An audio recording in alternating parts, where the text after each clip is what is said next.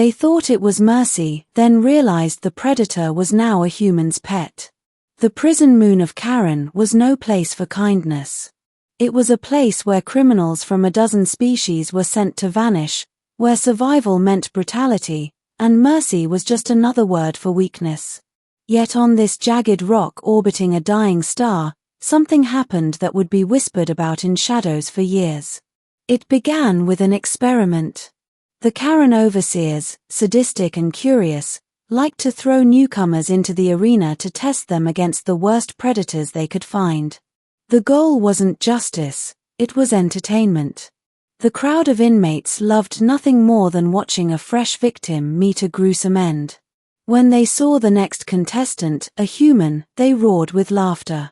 The overseers smiled. The chosen opponent was a Thraxis, a creature of nightmares. It stood 3 meters tall, with claws that could shear steel and a jaw built to crush bone. Many prisoners had died screaming beneath its claws.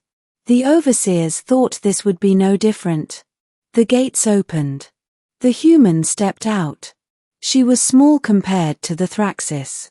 Dark hair tied back, clothes tattered but eyes calm, too calm. She carried no weapons. The audience jeered. Mercy, they thought. The overseers were giving the prey a clean end. The Thraxis lunged. What happened next was chaos. The human didn't run. She sidestepped. She used the terrain. She moved fast, silent, deliberate. The predator struck again and again, but each time it met nothing but empty air or a painful counter, a rock to the knee, a splash of grit to the eyes, a perfectly timed shout that made the creature hesitate. Minutes passed. Then an hour. And still she stood. When the Thraxis faltered, confused and bleeding from shallow cuts, the human did not finish it. She knelt. She spoke. Softly, calmly, with words no one understood. The arena went silent as the predator tilted its head.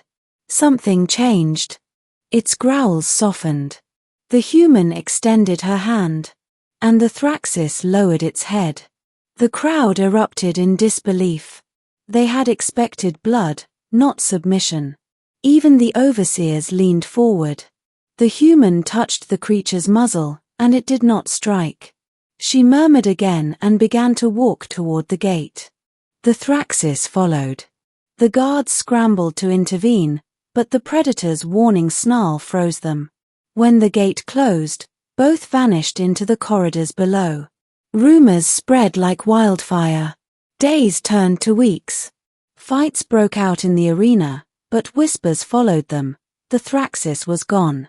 And when it returned, it wasn't to kill.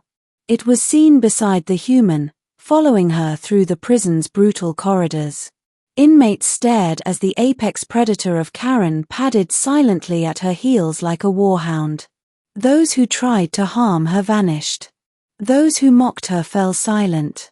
When the overseers finally called her back to the arena, they expected rebellion.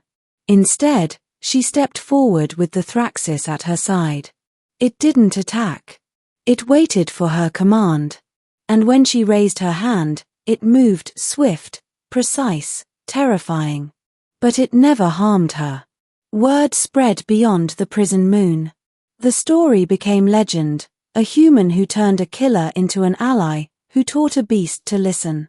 Some called it manipulation. Others called it instinct.